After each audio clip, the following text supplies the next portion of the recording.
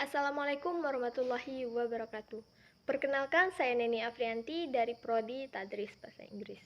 Di sini saya akan memaparkan beberapa topik yang menjadi pembahasan pada hari ini. Yang pertama, filsafat pendidikan. Kedua, filsafat pendidikan dan hubungan dengan pendidikan. Yang ketiga, filsafat pendidikan dan sumber daya manusia. Lalu, yang terakhir, filsafat pendidikan dalam pandangan pendidikan Islam. Nah, sebelum masuk pembahasan, kita perlu tahu apa itu filsafat. Filsafat diambil dari bahasa Arab falsafah yang berasal dari bahasa Yunani philosophia, kata majemuk yang terdiri dari kata philos yang artinya cinta atau suka dan kata sophia yang artinya kebijaksanaan. Dalam buku pengantar filsafat tertuliskan menurut tradisi Pythagoras atau Socrates yang pertama-tama menyebutkan dirinya filosofus, yaitu sebagai protes terhadap kaum sofis, kaum terpelajar pada waktu itu yang menamai dirinya bijaksana, padahal kebijaksanaan mereka itu hanya semu kebijaksanaan saja. Sebagai protes terhadap kesombongan mereka, maka Socrates lebih suka menyebut dirinya pencinta kebijaksanaan. Arti orang yang ingin mempunyai pengetahuan yang luhur atau sophia itu. Lalu Pancasila. Pancasila adalah dasar negara dan ideologi resmi Indonesia. Kata Pancasila berasal dari bahasa Sanskerta yang terdiri dari dua kata, yaitu panca yang berarti 5 dan sila yang berarti prinsip atau dasar.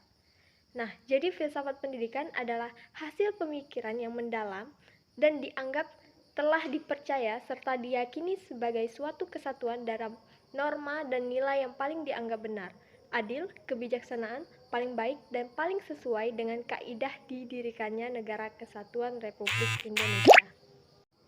Pancasila dikatakan sebagai sistem filsafat karena Pancasila mengandung pemikiran pendiri negara yang dituangkan dalam suatu sistem yang merupakan cerminan dari nilai-nilai Pancasila yang saling berhubungan dan digunakan sebagai pedoman ataupun pandangan hidup bangsa dalam berbangsa dan bernegara.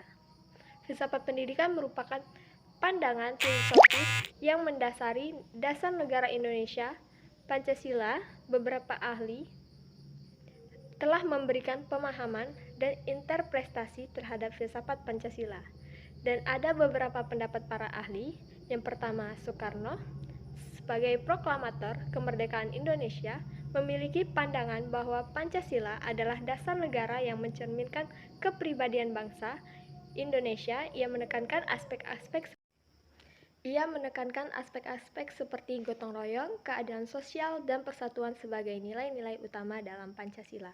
Lalu, yang kedua ada Muhammad Hatta. Hatta, wakil presiden pertama Indonesia, memandang Pancasila sebagai suatu falsafah yang mencangkup konsep-konsep seperti kesejahteraan sosial, demokrasi, dan ketuhanan yang Maha Esa. Ia menekankan pentingnya penerapan Pancasila dalam kehidupan berbangsa dan bernegara. Lalu yang kedua ada filsafat pendidikan dengan hubungan filsafat pendidikan. Filsafat pendidikan adalah cabang-cabang filsafat yang mempelajari prinsip-prinsip, teori-teori, dan konsep-konsep yang mendasari pendidikan. Hubungan antara filsafat pendidikan dan pendidikan itu sendiri adalah erat dan saling terkait. Berikut adalah beberapa aspek penting dalam hubungan antara filsafat pendidikan dan pendidikan. Yang pertama ada landasan teoritis. Filsafat pendidikan memberikan landasan teoritis yang mendasari praktik pendidikan.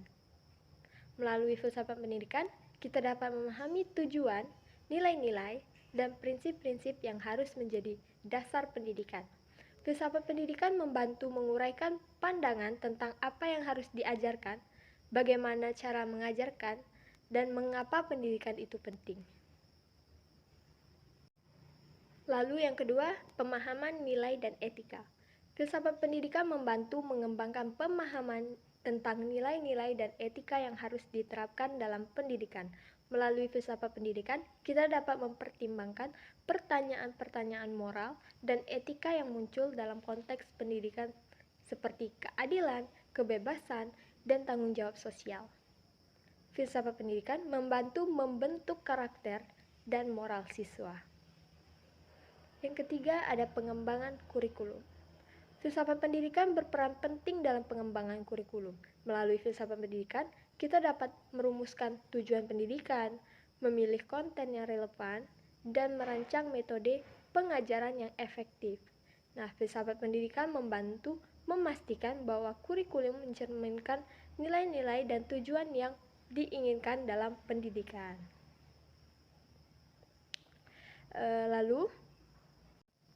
Lalu pendekatan pengajaran. Filsafat pendidikan juga mempengaruhi pendekatan pengajaran yang digunakan dalam pendidikan.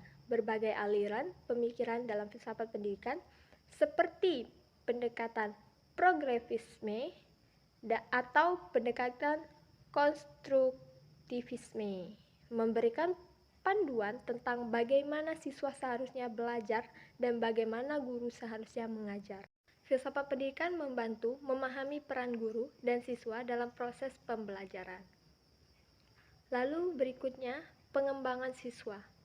Filsafat pendidikan juga berhubungan dengan pengembangan siswa secara menyeluruh. Melalui filsafat pendidikan, kita dapat mempertimbangkan bagaimana pendidikan dapat membantu pengembangan potensi fisik, intelektual, emosional, dan sosial siswa. Filsafat pendidikan merumuskan pendekatan yang holistik dalam pendidikan. Dengan demikian, filsafat pendidikan dan pendidikan saling terkait dan saling mempengaruhi. Filsafat pendidikan memberikan landasan teoritis, nilai-nilai, dan prinsip-prinsip yang memandu praktik pendidikan, sedangkan pendidikan memberi wadah konkret untuk menguji dan menerapkan prinsip-prinsip filsafat dalam konteks nyata. Para ahli dalam bidang filsafat pendidikan memiliki pandangan yang berbeda-beda tentang hubungan antara filsafat pendidikan dan pendidikan. Ada beberapa pandangan dari para ahli terkait hubungan antara filsafat pendidikan. Yang pertama ada John Dewey. Dewey berpendapat bahwa filsafat dan pendidikan saling terkait erat. Baginya, filsafat adalah landasan teoritis yang membimbing praktik pendidikan. Filsafat pendidikan, kerangka konseptual untuk memahami tujuan, nilai-nilai, dan metode pendidikan. Sebaliknya, pendidikan memberi wadah konkret untuk menguji dan menerapkan filsafat pendidikan. Lalu ada Paulo Freire. Freire melihat filsafat pendidikan sebagai alat untuk memahami dan mengubah realitas sosial. Baginya, pendidikan harus didasari pada pemahaman filosofis yang kritis dan kritis terhadap realitas sosial yang ada. Filsafat pendidikan membantu mengidentifikasi ketidakadilan dan ketidaksetaraan dalam sistem pendidikan dan mendorong perubahan sosial melalui sistem pendidikan. Pandangan-pandangan ini menunjukkan bahwa filsafat pendidikan berperan penting dalam membimbing dan memberikan landasan teoritis bagi praktik pendidikan. Filsafat pendidikan membantu merumuskan tujuan dan nilai-nilai pendidikan. Filsafat pendidikan adalah cabang filsafat yang mempelajari prinsip-prinsip, teori-teori, dan konsep-konsep yang mendasari pendidikan. Filsafat pendidikan membahas pertanyaan-pertanyaan mendasar tentang tujuan pendidikan, nilai-nilai yang harus ditanamkan, metode pengajaran yang efektif, dan peran pendidikan dalam membantu individu dan masyarakat. Yang ketiga, sumber daya manusia. Merujuk pada potensi, keterampilan, pengetahuan, dan kemampuan individu yang dapat dipergunakan untuk mencapai tujuan dan meningkatkan kinerja dalam berbagai bidang, termasuk bidang pendidikan mencangkup guru, siswa, staf pendidikan, dan semua individu yang terlibat dalam proses pembelajaran. Hubungan antara filsafat pendidikan dan sumber daya manusia dapat dijelaskan sebagai berikut. Pengembangan potensi individu. Filsafat pendidikan berperan dalam mengarahkan pengembangan potensi individu dalam konteks pendidikan. Filsafat pendidikan membantu merancang tujuan pendidikan yang bertujuan untuk mengoptimalkan potensi siswa dan mengembangkan keterampilan, pengetahuan, dan kemampuan mereka. Filsafat pendidikan membantu merancang tujuan pendidikan yang bertujuan untuk mengoptimalkan potensi siswa dan mengembangkan keterampilan, pengetahuan, dan kemampuan mereka. SDM dalam pendidikan seperti guru berperan dalam penerapan prinsip-prinsip filsafat pendidikan untuk mengetahui atau membantu siswa mencapai potensi mereka. Lalu yang kedua, pembentukan nilai dan etika. Filsafat pendidikan juga berperan dalam membentuk nilai-nilai dan etika dalam SDM pendidikan. Melalui filsafat pendidikan, nilai-nilai seperti keadilan, kebebasan, tanggung jawab sosial, dan integritas dapat ditanamkan dalam diri individu yang terlibat dalam pendidikan. Guru, sebagai bagian dari SDM pendidikan, memiliki peran penting dalam membimbing siswa dalam memahami, menginternalisasi nilai-nilai ini. Lalu yang ketiga ada peningkatan kualitas pengajaran. Filsafat pendidikan dapat memberi panduan untuk meningkatkan kualitas pengajaran dan pembelajaran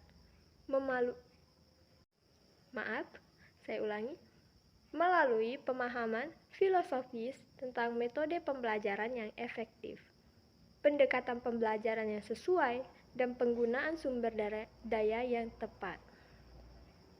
SDM pendidikan dapat meningkatkan kualitas pengajaran dan memberikan pengalaman pembelajaran yang lebih baik kepada siswa. Lalu pengembangan profesionalisme. Filsafat pendidikan juga berperan dalam pengembangan profesionalisme dalam SDM pendidikan. Melalui pemahaman filosofis tentang peran dan tanggung jawab guru, prinsip-prinsip etika dalam pendidikan, dan pentingnya pengembangan diri. SDM pendidikan dapat meningkatkan kompetensi dan profesionalisme mereka dalam melaksanakan tugas pendidikan. Kesimpulannya, filsafat pendidikan dan sumber daya manusia saling terkait dalam konteks pendidikan. Filsafat pendidikan memberikan landasan teoritis, nilai-nilai, dan prinsip yang membimbing praktik pendidikan, sementara SDM pendidikan seperti guru dan siswa berperan dalam menerapkan prinsip-prinsip tersebut dan mencapai tujuan pendidikan yang diinginkan. Pendapat salah satu ahli dalam bidang filsafat pendidikan, John Dewey, seorang filsuf dan pendidik Amerika Serikat, berpendapat bahwa pendidikan harus berfokus pada pengalaman langsung dan praktis. Menurut Dewey, pendidikan seharusnya tidak hanya berfokus pada pemberian pengetahuan teoritis, tetapi juga melibatkan siswa dalam pengalaman nyata yang relevan dan kehidupan mereka. Ia menekankan pentingnya pembelajaran melalui tindakan, eksperimen, dan refleksi.